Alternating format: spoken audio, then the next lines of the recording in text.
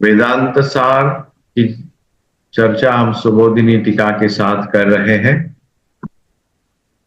शांति मंत्र का पाठ करेंगे। ओम सहनाववतु सहनौ भुनक्तु सह वीर्यंकरवावहै तेजस्विनावधीतमस्तु मा विद्विषावहै। ओम शांति शांति शांति। ओम भद्रं कर्णेभिः शृणुयाम देवाः भद्रं पश्येमाक्षभिर्यजत्राः स्थिरैरङ्गैस्तुष्टुवांसस्तनूभिः व्यशेम देवहितं यदायुः। स्वस्ति न इन्द्रो वृद्धश्रवाः स्वस्ति नः पूषा विश्ववेदाः स्वस्ति नस्तार्क्ष्यो अरिष्टनेमिः स्वस्ति नो बृहस्पतिर्दधातु। ओम शांति शांति शांति। ओम सदाशिवसमारंभां शंकराचार्यमध्यमाम् अस्मदाचार्यपर्यन्तां वन्दे गुरुपरम्पराम्। श्रुतिस्मृतिपुराणानाम् आलयं करुणालयं नमामि भगवत्पादं शङ्करं लोकशङ्करम्। शङ्करं शङ्कराचार्यं केशवं बादरायणं सूत्रभाष्यकृतौ वन्दे भगवन्तौ पुनः पुनः। ईश्वरो गुरुरात्मेति मूर्तिभेदविभागिने व्योमवद्व्याप्य देहाय दक्षिणामूर्तये नमः। अखंडं सच्चिदानन्दम् अवाङ्मनसगोचरम् आत्मानमखिलाधारम् आश्रयेऽभीष्टसिद्धये। अर्थतोऽप्यद्वयानन्दानतीतद्वैत भारत गुरुनाराध्य वेदान्तसारं वक्ष्ये यथामति। कृष्णानन्दं गुरुं नत्वा परमानन्दमद्वयं वक्ष्ये वेदान्तसारस्य टीकां नाम्ना सुबोधिनीम्।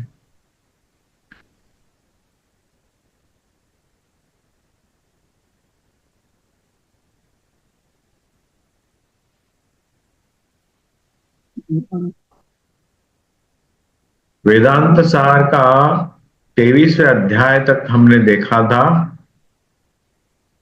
वहां भागत त्याग लक्षणा के साथ हमने वो वेदांत वाक्य जो है तत्त्वमसि उसका अभ्यास किया। सामने दिखाई दे रहा है अस्मिन् वाक्ये नीलमुत्पलति वाक्यवद् वाक्यार्थः न संगच्छते। वाक्यार्थ क्या है हम उसका अभ्यास करेंगे। वाक्यार्थ को कैसे समझना है इसके लिए एक जनरल वाक्य एक लेते हैं। नीलम उत्पलमिति।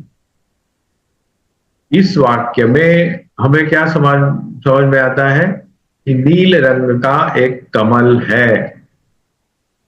और इस वाक्य यहां बताया जाता है कि इस वाक्यार्थ के जैसा जो हमने जो वाक्य लिया था तत्त्वमसि वो इस अर्थ में नहीं था। मतलब इस तरह के अर्थ में नहीं ले सकते। तत्र तो नील पदार्थ नील गुणस्य उत्पल पदार्थ उत्पल द्रव्यस्य च। मतलब यहां एक नील रंग है, नीला रंग है और एक पदार्थ है उसका नाम है उत्पल में कमल। ये दो पदार्थ हैं और वो क्या करते हैं शौक्ल्य पटादि भेद व्यावर्तक होते हैं। व्यावर्तक मतलब वो डिस्टिंग्विश्ड। शौक्ल्य मतलब व्हाइट मैंने सफेद रंग से नीला रंग अलग है। और पटादि भेद व्यावर्तक पट आदि से उत्पल अलग है। तो इस उदाहरण से नील उत्पलम, नीला कमल, इस वाक्य से हमें क्या पता चलता है कि ये जो पदार्थ निर्दिष्ट किया हुआ है वो सफेद रंग का जो कमल हो उससे अलग है, और ये जो पदार्थ है वो कपड़ा आदि से भी अलग है। एक वैशिष्ट उस पदार्थ में आ गया है। वो वैशिष्ट क्या है? नीला रंग और उत्पल गुण धर्म, उसका आकार उत्पल जैसा। अन्योन्य विशेषण विशेष्य भाव संसर्ग, विशेषण और विशेष्य। विशेष्य क्या है? उत्पल।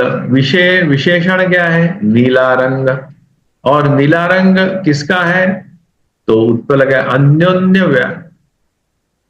संसर्ग है उनका, दोनों एक दूसरे के साथ। अन्यतर विशिष्टस्य, अन्यतरस्य बड़े अन्यतर विशिष्ट, कोई भी अलग विशिष्ट वस्तु से ये अलग है। तै ऐक्यस्य वा वाक्यार्थत्व अंगीकारे प्रमाणांतर विरोधाभावात् तद वाक्यार्थः संगच्छते। प्रमाणांतर विरोधाभावात्, उनका प्रमाणांतर विरोध होता है, वही उसका वाक्यार्थ है। मतलब ये जो पदार्थ है नील उत्पलम, अन्य दूसरे पदार्थों से अलग है। अत्र तु तदर्थ परोक्षत्वादि विशिष्टस्य चैतन्यस्य त्वं पदार्थ परोक्षत्वादि विशिष्ट चैतन्यस्य च अन्योन्य भेद व्यावर्तकतया। यहां तत्त्वमसि इस वाक्य में दो शब्द, एक है त्वम और एक तत्पदार्थ।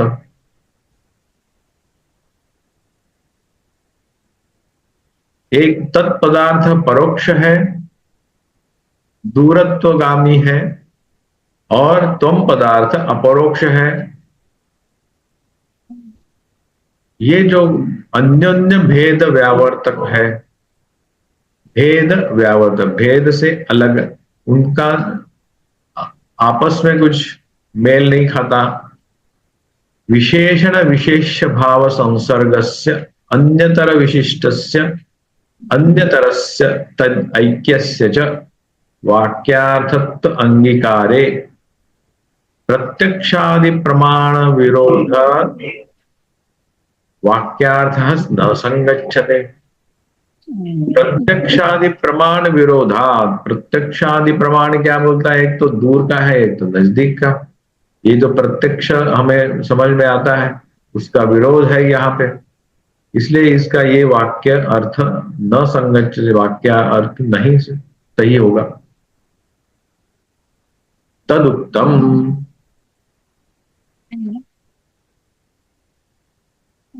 संसर्गो वा विशिष्टो वा वाक्यार्थो नात्र संबंध अखंड रसत्वेन वाक्यार्थो विशुषाम मतः। यहाँ क्या बोल रहे हैं? श्रुति का एक वाक्य उनको मिला, वो क्या बोलते हैं? संसर्ग से और विशिष्टता से वाक्य का अर्थ लगता नहीं है। वाक्य का अर्थ समझने के लिए दोनों पदों का जो संसर्ग है, मतलब पदों में साम्यता दिखनी चाहिए, वो भी नहीं है। और विशिष्ट विशेषण विशेष्य भाव जो संपर्क है उससे भी नहीं। लेकिन कैसे होगा? अखंड एक रसत्वेन वाक्यार्थ, वाक्य का अर्थ कैसे समझेगा? अखंड एक रसत्वेन, दोनों में अखंडत्व और एक रसत्व होना चाहिए, तभी ही उस वाक्य का अर्थ समझ में आएगा। कौन से वाक्य का? तत्व विदुषाम मतः, जो विदुषी लोग हैं जिन्होंने वेदांत का अभ्यास किया है, उनका अनुभव किया है। तो ये जो तीन प्रकार के जो पद्धति, हाँ कुछ बोलेंगे?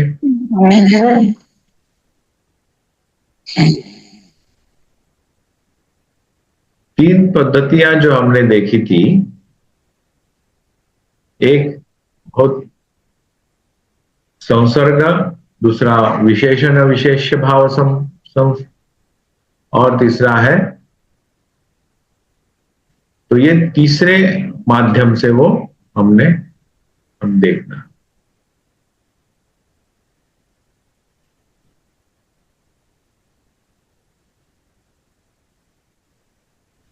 यहां पे हम देखते हैं, देखिए, एक है सामान्यीकरण, विशेषण विशेषता, और तीसरा है लक्ष्य लक्षण भाव संबंध। ये तीन पद्धति से वाक्य का अर्थ हम समझ सकते हैं।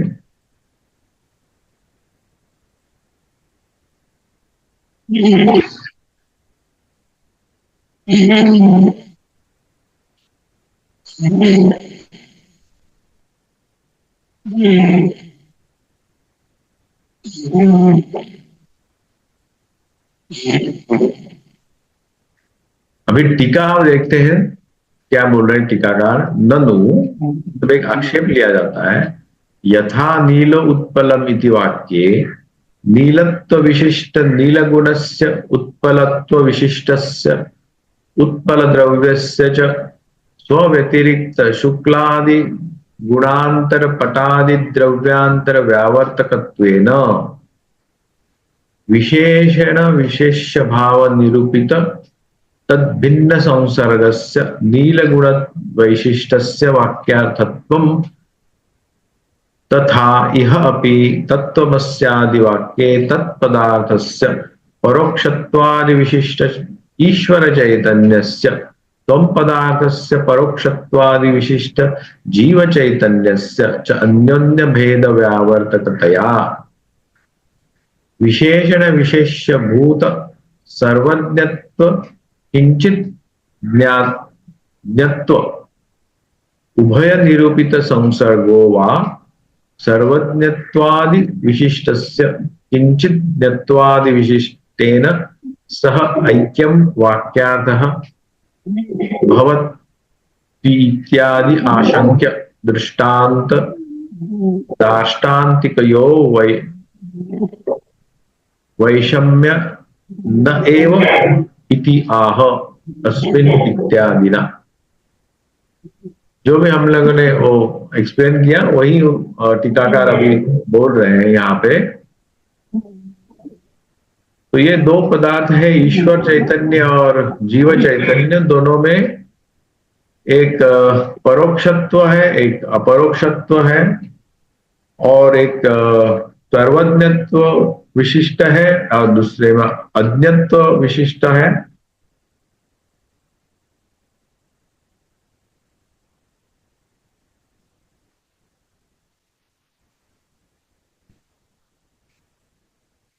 तो इसीलिए कहते हैं कि अस्मिन्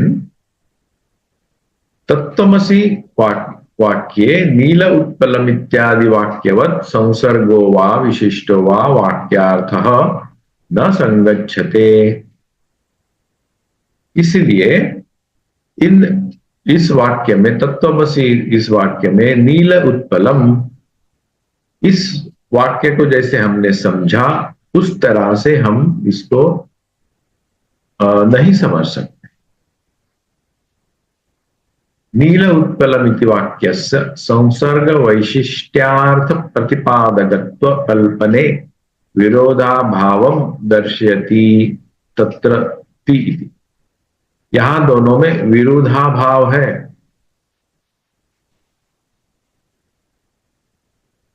संसर्ग और वैशिष्ट्य, इस पद्धति में दोनों में विरोधाभाव है। इसका वो कारण बताते हैं। नील उत्पल पदार्थयोः गुणगुणिनो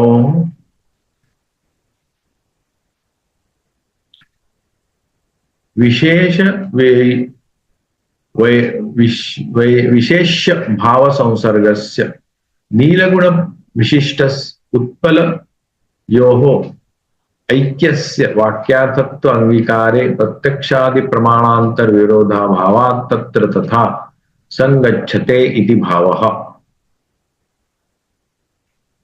तत्त्वमसि वाक्ये तु त्वं पदार्थयोः सर्वज्ञत्व किंचित् ज्ञत्वादि विशिष्टयोः सर्वज्ञत्वादि विशिष्टे ईश्वर चैतन्यस्य किंचित् ज्ञत्वादि विशिष्ट जीव चैतन्यस्य वा उभय विशिष्ट चैतन्यस्य वा वाक्यार्थत्व अंगीकारे प्रत्यक्षादि प्रमाणांतर विरोधात् पूर्वस्य पूर्वस्मात् वैषम्यम दर्शयति अत्र तु इति। यहां वैषम्य दिखा रहा है, प्रत्यक्षादि प्रमाणांतर विरोधात, दोनों में भेद है। इसलिए हमें किस आधार पर उनका अर्थ करना चाहिए? अखंड एक रसत्वेन।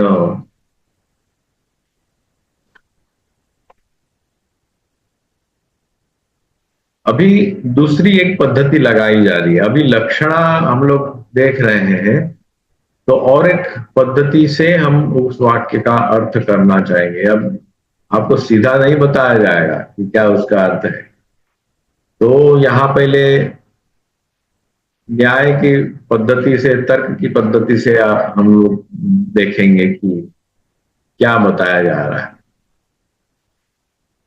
इसलिए इसे बताया जाएगा कि हम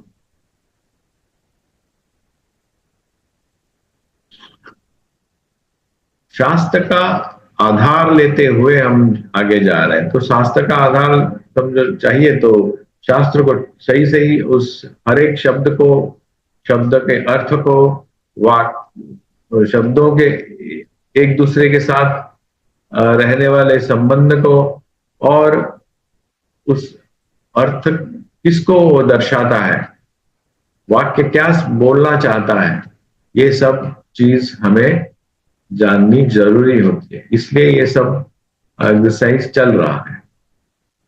तो ये 24वां अध्याय हुआ।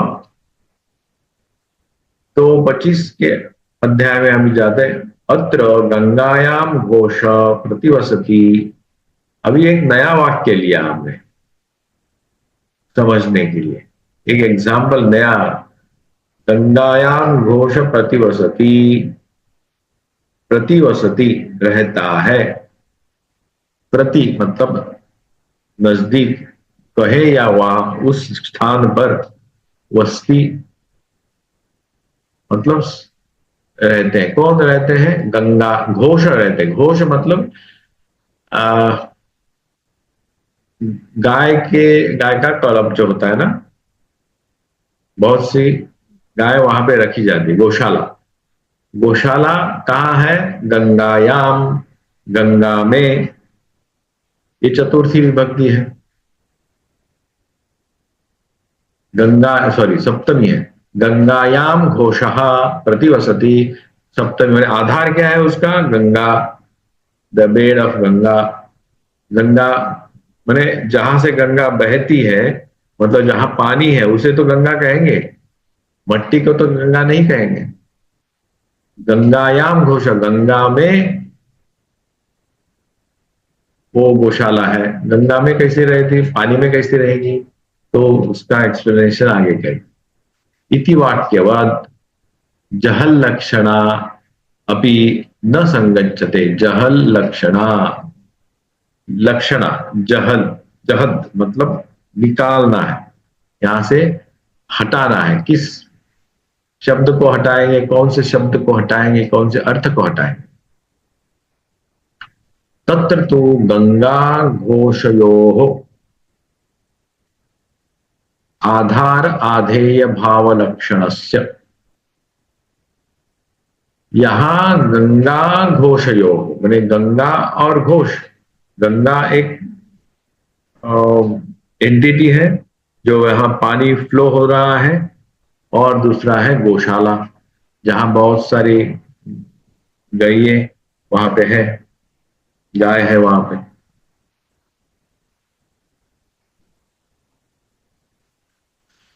आधार आधेय भाव लक्षण। आधार क्या है? गंगा। आधेय क्या है? कोश। वाक्यार्थस्य अशेषतः विरुद्धत्वाद वाक्यार्थम अशेषतः परित्यज्य। उस वाक्य को पूर्णतः हम छोड़ देंगे, उसका वो जो वाक्य का अर्थ है वो हम ग्रहण नहीं करेंगे, क्योंकि उस स्थान पर, मतलब वो फ्लोइंग वाटर में गायें नहीं रह सकती, गौशाला नहीं रह सकती, कॉमन सेंस। इसलिए परित्यज्य तत्संबंधी तीर लक्षणाया युक्तत्वात् जहल लक्षणा संगच्छते। यहां हमने क्या त्याग किया, कौन सा अर्थ त्याग किया? कि गौशाला गंगा में है। ये जो विजन आ रहा है, गंगा बह रही है, उसमें बीच में वो बहते पानी में एक ये अर्थ हमने त्याग किया। और कौन सा अर्थ लिया? तत्संबंधी, गंगा संबंधी तीर लक्षण, गंगा का तीर जो है उसको, उस अर्थ को लिया। युक्तत्व, ये युक्ति युक्त है, कॉमन सेंस है कि भाई तो गंगा के बीच में नहीं रहता, गंगा के किनारे रह सकता है, ठीक। इस अर्थ में अत्र तो परोक्ष अपरोक्ष चैतन्य एकत्व लक्षणस्य वाक्यार्थस्य भागमात्रे विरोधाभागान्तरमपि, विरोध भाग अंतरमपि परित्यज्य अन्य लक्षणाया अयुक्तत्वात् जहल लक्षणा न संगच्छते।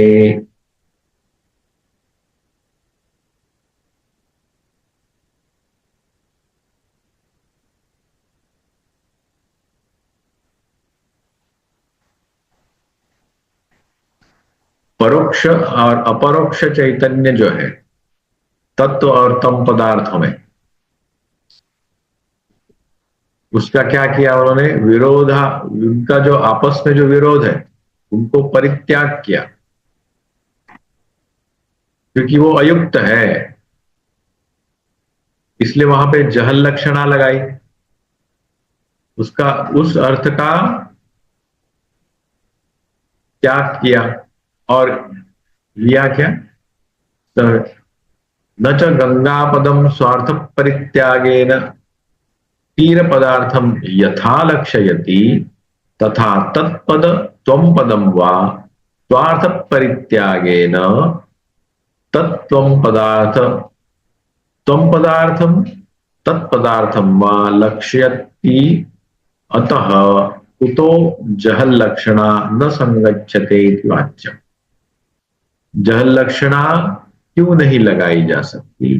जो लगाई जा सकती है, ऐसा उसका कहना है।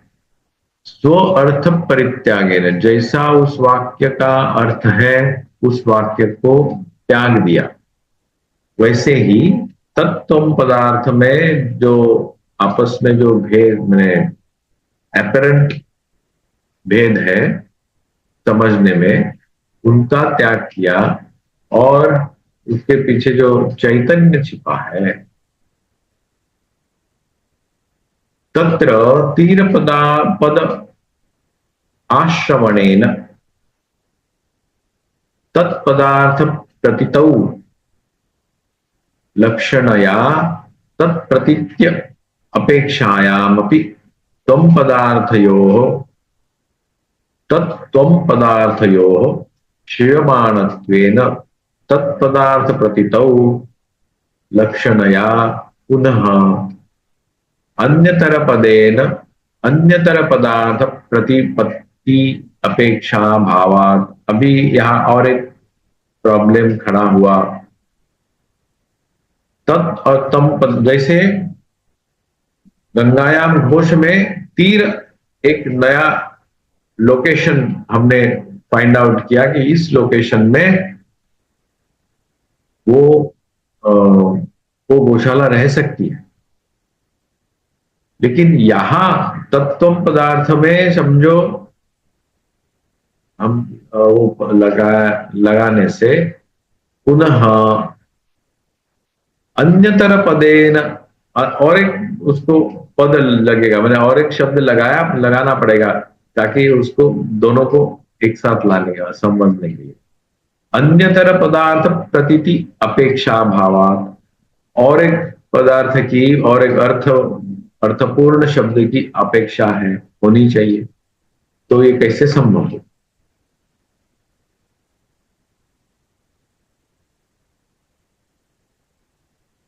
ये समझाने के लिए अभी 25 तक हो गया हमारा।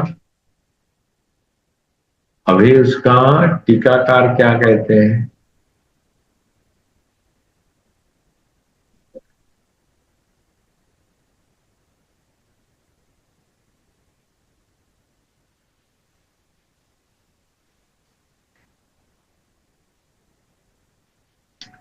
ननु तत्त्वं तत्त्वमस्यादि वाक्यम अखंडार्थम कथम बोधयति जहल्लक्षणाया वा किम जहल्लक्षणया अहोस्विद जहद अजहद लक्षणे इति त्रिधा विकल्पः।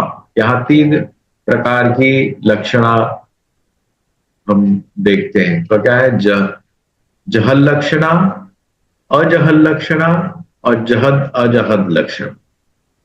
ये थोड़ा क्रिटिकल होते जा रहा है। आद्य दूषणम आह अत्र इति। अत्र तत्त्वमसि इति वाक्ये जहद लक्षणा मतलब पूर्णता से उसका अर्थ छोड़ देना, अजहद लक्षणा मतलब कुछ नया एक अर्थ लेना, और जहद अजहद लक्षणा मतलब कुछ पार्ट छोड़ देना और कुछ एक नया लाना। ऐसे तीन लक्षणाओं से ये हम समझ सकते हैं।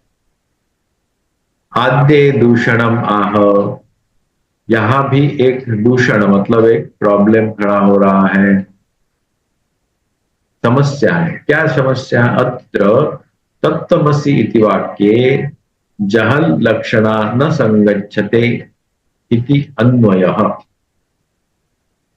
जहल लक्षणा नहीं लग सकती तो कहां पे? तत्त्वमसि इस वाक्य में।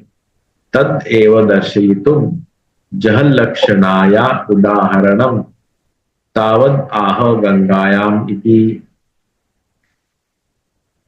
जहल लक्षणा का उदाहरण जो है, गंगा में एक गौशाला है। मानांतर विरोधे तु मुख्यार्थस्य परिग्रहे, मुख्य अर्थस्य अपरिग्रहे, मुख्य अर्थ को लेना नहीं है। मुख्यार्थेन अविना भूते प्रवृत्तिर्लक्षणे अपीतः इति वचनात् गंगायां घोष वसनासंभवात् घोष वसन असंभवात् गंगायां घोष इति वाक्यस्य मुख्य अर्थ विरोधे सति मुख्यार्थम परित्यज्य लक्षणया वृत्त्या तत्संबंधिनी तीरे घोष अवस्थान प्रतिपादनात् तत्र जहल लक्षणा अंगीकारः युज्यते इति आह।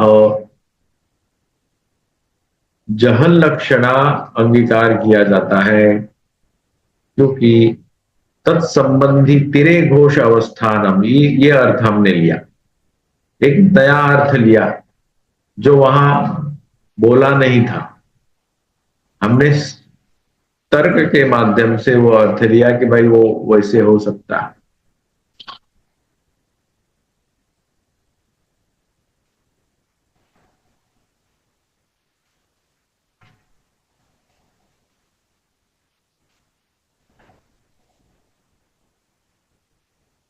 मतलब अर्थ पूरा पूरी छोड़ दिया और नया कुछ लगाया उसको।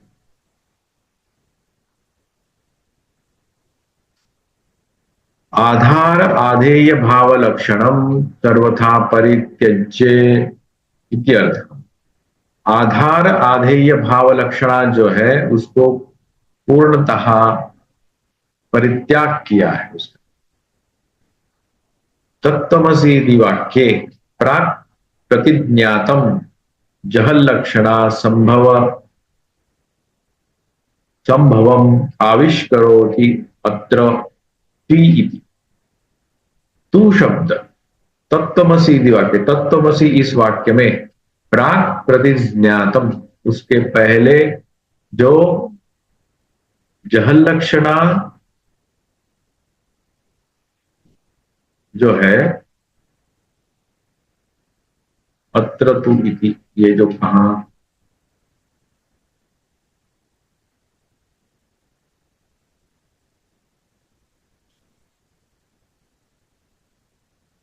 ये ये जो वाक्य है अत्र तू तदर्थ परोक्षत्वादि विशिष्ट चैतन्य, परोक्ष और अपरोक्ष इस दो शब्दों में उनका अर्थ इस आता है वहां पे।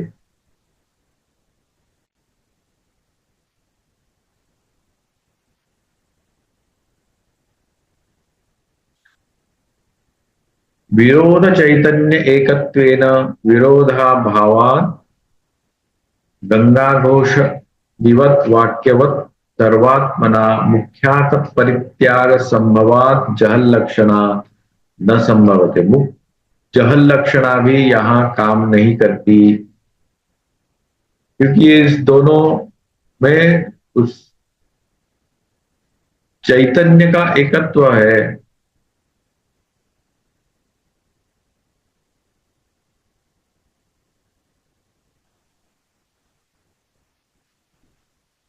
तत्र हेतुम आह भागांतरमपि इति।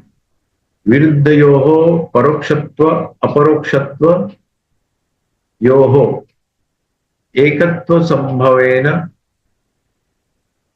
तत्परित्यागे अपि चैतन्य भागस्य एकत्वे विरोधा विरोधाभा विरोध अभाव त्यागो न युज्यते।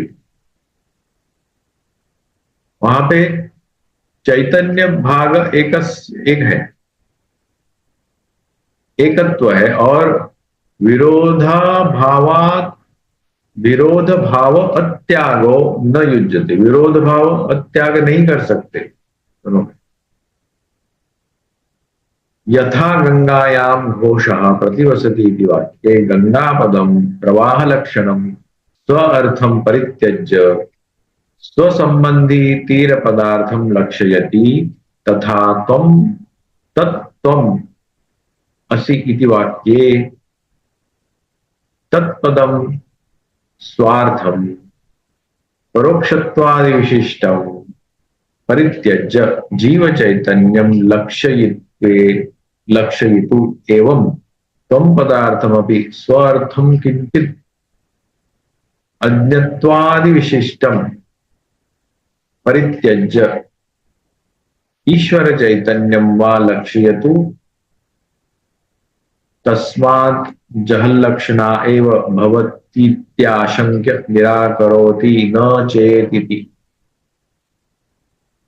उनका जो अपना अपना एक अर्थ है उसका परित्याग, उस अर्थ का परित्याग करने के बाद भी नहीं हो सकता। न निराकरोति न चेत इति।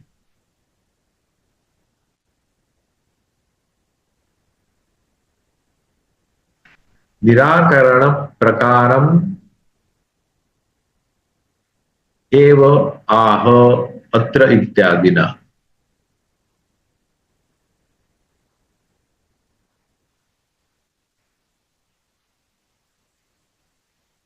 श्रुतिवाक्यस्य मुख्य अर्थ विरोधे मुख्य अर्थ संबंधी अन्य श्रुत पदार्थे लक्षणे इति सर्वजन सिद्धम। इस श्रुतिवाक्य में श्रुतवाक्यस्य सर्वजन सिद्धम मतलब सब लोगों में एक मान्यता है। तथा च गंगायां घोष इति अत्र श्रुतवाक्यार्थस्य गंगाघोषयोः आधार आधेय भाव संबंधस्य विरोधे सति श्रूयमाणं गंगापदं स्वार्थ परित्यागेन तीरपदार्थं लक्षयति। युक्तं गंगापदार्थस्य तीरपदार्थ प्रतीति सापेक्षत्वात्। सापेक्ष क्या है? तो गंगा पदर्श, गंगा मतलब गंगा का तीर, ये प्रतीति सापेक्षत्वात्। इह तो श्रूयमाणत्व, श्रूयमाण जो सुनने के आता है वो क्या है? तत् और त्वम पदार्थयोः, इस दो पदार्थों में मुख्यता एव तदर्थ सर्वज्ञत्व किंचित ज्ञत्वादि विशिष्ट प्रतीतौ सत्यमपि। ये दो जो पद हैं, एक सर्वज्ञत्व और किंचित ज्ञत्व, ये सत्य होने के बावजूद भी लक्षणाया, लक्षणा से, तत्पदेन त्वं पदार्थ प्रतीत्य अपेक्षा भावात्, त्वं पदेन तत्पदार्थ प्रतीत्य अपेक्षा भावाच्च।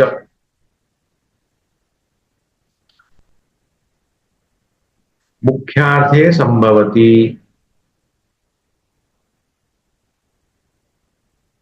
लक्षणाया अन्याय्य त्वात् जहल लक्षणा भी न संभवति।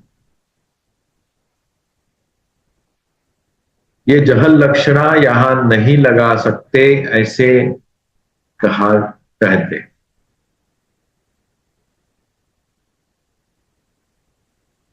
तत्पदार्थ प्रतीति अपेक्षा भावात् मुख्यार्थे संभवति लक्षणाया।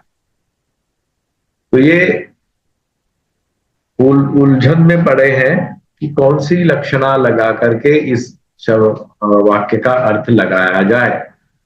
पूर्णता से उस अर्थ को परित्याग करके नया अर्थ लाया जाए या और क्या किया जाए। तो ये गंगायाम घोष इस वाक्य के साथ उस अर्थ में ये हम नहीं कर सकते, ऐसे सिद्ध हुआ। तो ये हम आज 25 तक हमने देखा।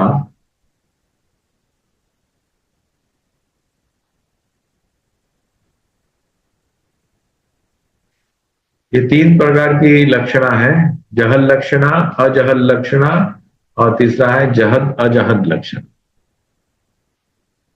तो अलग अलग लक्षणा समझने के लिए अलग अलग कुछ वाक्य लेकर के उसको हम समझते हैं, और उसके साथ तत्वमसि इस वाक्य को भी हम समझना चाहते हैं। अभी एक नया वाक्य उन्होंने लिया, अत्र शोणो धावती। शोणो मतलब घोड़ा, घोड़ा दौड़ रहा है। इत्यादि वाक्यवत अजहल लक्षणा अपि न संभवती। अभी ये जहल लक्षणा खत्म हुई, अभी अजहल लक्षणा शुरू हुई। उसके लिए उन्होंने वाक्य लिया शोणो धावती। ये अध्याय 26वां अध्याय हम अगली बार देखेंगे। 25 तक हम एक बार फिर उसका पढ़ के देखेंगे क्या लिखा हुआ है, और उसके बाद आगे जाएंगे 25। और कुछ पूछना है यहाँ पे? थोड़ा खटपट लगेगा आपको इसमें स्वामी जी। तत्वमसि में ये जो ये आए, इसका संबंध मुझे अभी तक पकड़ में नहीं आया। जहर संबंध लक्षणा जो है वो जो है, उसका संबंध क्या, उसका कैसे वो कनेक्शन, वो समझ में नहीं नहीं, आया। उस वाक्य का अर्थ हम जानना चाहेंगे ना, क्या हम्म, बोलना चाहता है ये वाक्य। तत्वमसी। हम्म। इसलिए ये इतना हम उसका ये कर रहे हैं क्योंकि हम शास्त्र प्रमाण के साथ जा रहे हैं इसलिए। और शास्त्र मतलब शब्द, वाक्य, वो जानने के लिए हमें उस वाक्य का अर्थ जानना है। वाक्य में कौन से पद है, मतलब शब्द है, उनका आपस में क्या संबंध है। ये तीन संपर्क से जानेंगे ना हम, देखा ना हमने हम्म, पहले। विशेषण विशेष भाव संबंध, विशेषण विशेष उसका भाव, आपस हाँ। में अर्थ क्या है, तब वो उस वाक्य क्या हम लक्षण, मतलब वो वाक्य किसको लक्ष्य कर रहा है, व्हाट इज इंडिकेटिंग। ये तीन प्रकार होंगे। इस सरल अर्थ रहेगा, एक वाक्यार्थ होगा, एक वाच्यार्थ रहेगा, और एक होगा लक्षार्थ। ये तीन प्रकार के अर्थ होंगे। एक होगा वाक्य का अर्थ, एक वाच्य का अर्थ, वाक्यार्थ, वाच्यार्थ, लक्षार्थ। हम्म। तीन पद्धतियां हैं।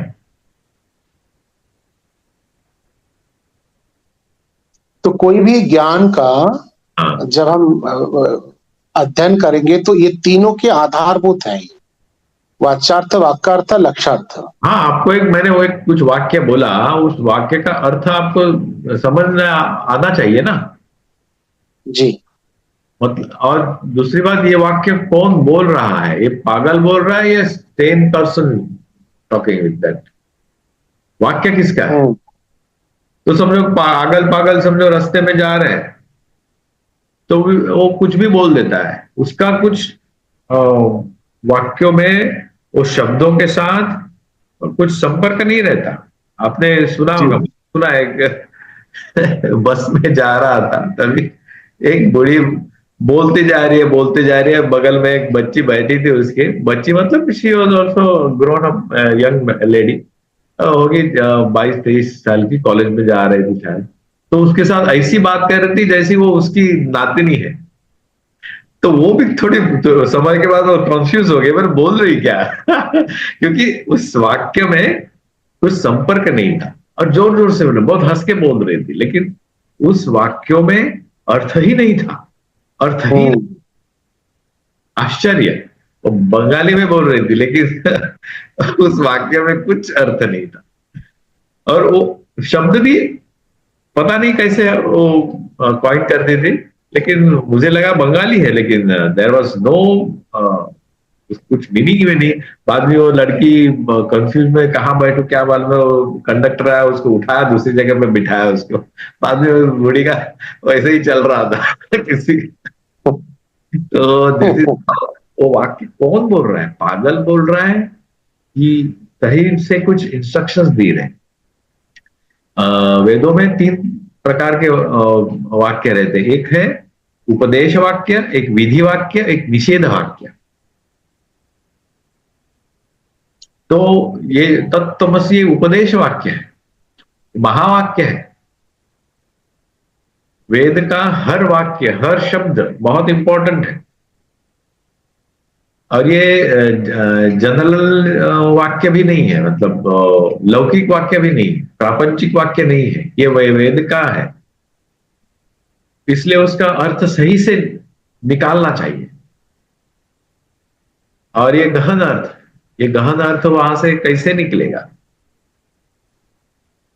तो ये तत् है दूसरी जगह का, तुम है यहाँ का, अपना मेरा, असी मतलब जो है एग्जैक्ट एग्जिस्टेंस, अभी, एट प्रेजेंट। असी का मतलब होता है प्रेजेंट मोमेंट। तुम हम्म, मतलब मैं, मतलब किसी को मुझे इंगित करके बोल रहा है। तत् मतलब वो पहले वाला, बहुत दूर का और नजदीक का मैं यही है, ऐसे मेरे को उपदेश दे रहे हैं। कौन? मेरे गुरु। तो वो गलत नहीं हो सकता, लेकिन उसका अर्थ मैं कैसे लूं? अर्थ निकालना है ना मुझे। हम्म। वो कहां से लो? Exact what he means with this two words. तत् और तम से क्या मतलब है उनका, तो वो हम लोग डिसिफर करना चाह रहे हैं। एक है समानाधिकरण, विशेषण विशेष्य भाव संबंध, और लक्षण लक्षण भाव संबंध। ये तीन प्रकार से उस वाक्य को हम देखना चाहें। हम्म। समानाधिकरण और विशेषण विशेष्य हमने नलीफाई किया, वो उससे नहीं होगा। लक्ष्य लक्षण भाव संबंध में हम अब कॉन्सेंट्रेट कर रहे हैं। वहां हमको तीन लक्षणा मिली। एक है जहल लक्षणा, दूसरी है अजहल लक्षणा, तीसरी है जहद अजहद। जहद मतलब पूरा पूरे उसको निकाल दिया, पूरा अर्थ को ही नलीफाई किया, नया अर्थ लगाया उधर। तो फिर भी वहां पे हम उस वाक्य को नए अर्थ समझो लाना है, तो नया पदार्थ नया शब्द लाना पड़ेगा ना। वेदों और एक एडिशन कहां से लाएंगे? नहीं होगा। उस नया शब्द कहां से लाएंगे? हम नहीं ला सकते। नया शब्द मतलब नया अर्थ, object, new object you have to create. कहां से करेंगे? नहीं है। तो this is how we have to go with it. तो ये थोड़ी फाइटिंग होगी, कुश्ती करनी पड़ेगी थोड़ी। हम्म। शब्दों के साथ और तर्क के साथ थोड़ी कुश्ती करनी पड़ेगी। हाँ, तो तभी हम लोग मसल्स मसल बिल्ड होंगे। कौन से मसल? वेदांतिक मसल्स। स्वामी जी बोलते हैं ना, जी। Iron iron body and body of nerves of steel, और स्नायु इसके स्टील के नर्व्स, और ऐसे मजबूत बनना है। तो उस तरह से तभी हम बन सकेंगे। चले फिर आज का बात यही है, जी। रुकते हैं।